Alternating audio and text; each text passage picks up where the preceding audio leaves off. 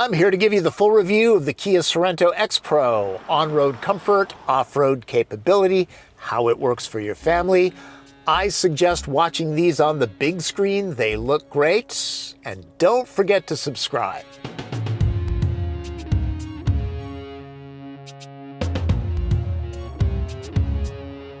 Sorento has been a big hit for Kia, even though it's not overly large, just half a foot longer than sister Sportage.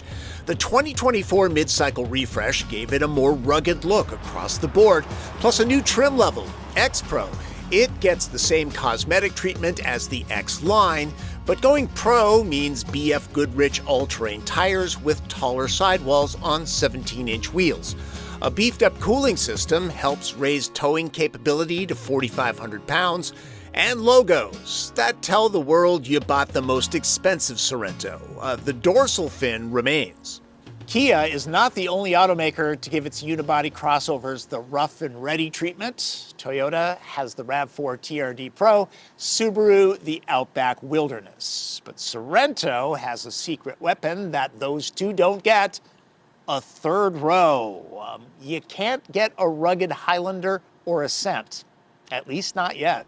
X-Pro only comes loaded. The only real options are floor mats and a $295 olive brown interior upgrade. In Road Rider brown paint, my tester retails for $49,400 with delivery. The fact that Sorento wedges extra seating into a package that's 2 inches shorter than Outback says something about Kia's engineering and the roominess of the third row. Something to keep in mind, managing expectations. I'm shooting this with a pretty wide-angle lens. I'm 5'9" and I've got enough headroom. My knees are up by my chin. That's because the seats are down low. Of course, this is a 3-row SUV crossover. The cushions themselves are flat, no thigh support really whatsoever. Knee and legroom are fine if the mid-row is set about halfway back. I can throw my foot down the middle. Footroom, that's kind of tight. There are belts for 2 back here, at least Kia's being realistic. There's a spot for drinks and snacks, USB ports, and if you need to get out, there are the seat releases for the mid-row. All in all, back here, it's fine for 2 small to medium-sized kids. At Mudfest 2024, put on by the Northwest Automotive Press Association, Sorento X-Pro had no problems whatsoever navigating the off-road course. It tackled moguls and made short work of the sloppy stuff. If it can waltz through this kind of terrain, chances are it will get families where they need to be, even on rough Forest Service roads. Jeep Wrangler Rubicon is not needed. X-Line and X-Pro look quite similar. Both get 8.2 inches of ground clearance and a locking center differential. The roof rack looks beefy enough to fill in as an emergency bridge. Cosmetic skid plates won't defend the undercarriage much. X-Pro does not add any protection below to shield the mechanicals. Its off-road advantage is the tires. Sorento's many trim levels can be had with a naturally aspirated 4-cylinder, hybrid, and plug-in hybrid powertrains. X-Pro moves exclusively with a 2.5-liter turbocharged 4, pumping out 281 horsepower and 311 pound-feet of torque.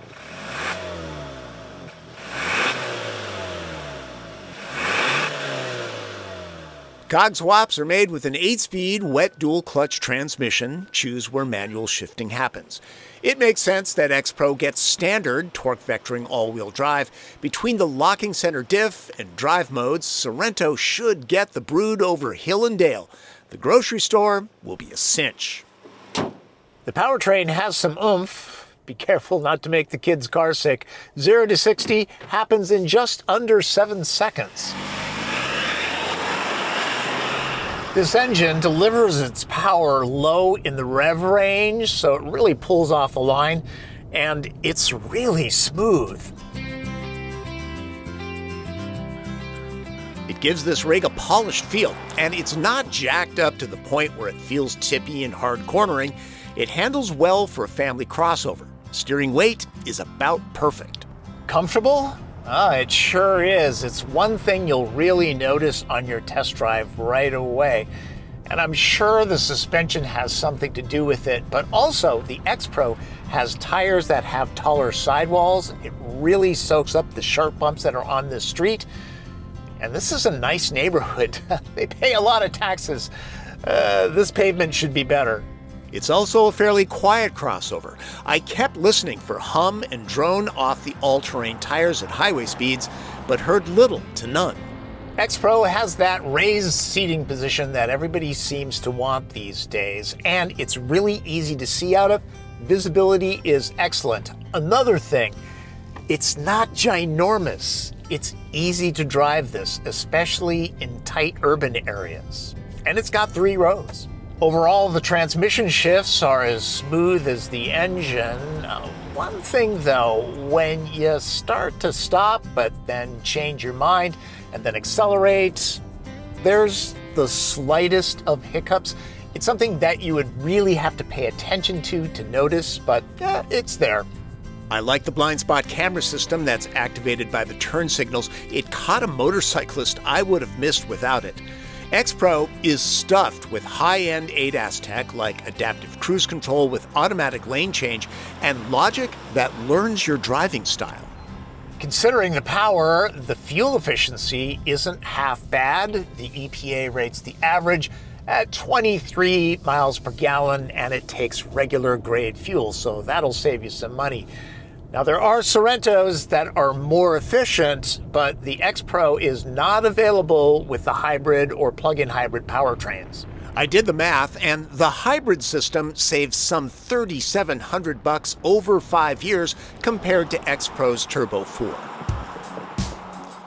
Kia stopped being the cheap and cheerful brand years ago, switching to a bang-for-the-buck value approach at just under 50 grand. This is not inexpensive, but it buys a lot of kit, a big glass roof, leather seats that should cradle just about anyone, plus they're heated and vented. One of the better Bose systems I've heard too. It's a rich look with lots of stitching and quality materials. A couple passengers thought this was real open-pore wood. Gripes? Shiny black plastic tends to scratch easily, and this dual-use panel always seems to be in the wrong mode for me. Prang the Sorento up, and that's on you. The camera system has your back. And front. And side.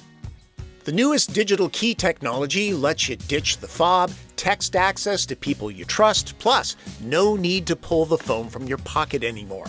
The driver's cluster can be switched up. Storage cubbies? There are loads of them all over the cabin. Kia's updated connected car navigation cockpit system gets a faster processor and supports over-the-air updates. It's snappy and well laid out with good flow. No need to plug phones in, there's a Qi charger, and wireless Android Auto and Apple CarPlay are standard on all Sorentos now, even with built-in navigation. Depending on the trim, Sorento can seat up to 7, X-Pro stops at 6. It's easy to get comfortable, lots of adjustments, and bun warmers in row 2. These would be great for earbud cases. X-Pro is stuffed with the kind of features that were optional on luxury vehicles not that long ago. It's possible to squeeze through here to get to row 3, or there's this for traditionalists. Either way, it's a little tight. Again, this is good for small to medium-sized kids, or adults in a pinch. Use row 3 a lot, and it might be better to go with Big Brother Telluride. 3-row SUV crossovers seldom have much cargo space behind row 3, unless they're really big like a Suburban, and Sorento isn't that large. These packs are about the size of a carry-on suitcase, so that says a lot. It's only 6.3 cubic feet. Good to know that there's a spare tire under this little cubby. I see families using Sorento as a 4 or 5-seater, with row 3 more for those just-in-case moments. The load floor ends up pretty flat. In case you're wondering, those buttons don't raise the seat backs. Max cargo room is a solid 75.5 cubic feet. With the second row usable, there's 21 to 29 cubic feet to fill. It depends on where the sliding seats are positioned. I'm a visual guy, and that's why I use this stuff. With the seats positioned about mid-travel, I can squeeze 11 packs of the 2-ply in here. If you're curious, Telluride takes on 17. Competitors are Mitsubishi Outlander and Volkswagen Tiguan, plus cousin Hyundai Santa Fe. All of these are more compact crossovers with a third row of seating. The great thing about Sorento, all the Sorento models, is it's a reasonable size, easy to drive, but you still have 3 rows of seating, for those just-in-case moments. And the X-Pro adds a little bit of off-road ability, plus those tires make things really comfortable. Whether it's a trip to the mall or the trail, X-Pro or any of the Sorento trims and powertrains will be a good fit for many families and their garages. Wondering if I forgot the red light, green light section? Nah, I'm thinking about skipping it from now on. For one thing, I'm always trying to not waste your time, and at the end of the day, it kind of seemed redundant. I'm just here to say goodbye. I'm nothing if not polite. Remember, subscribe to this channel, click notifications. If you have a question, leave it in the comments. I'll try to get to you. Thanks for watching. That's Driven. I'm Tom Volk.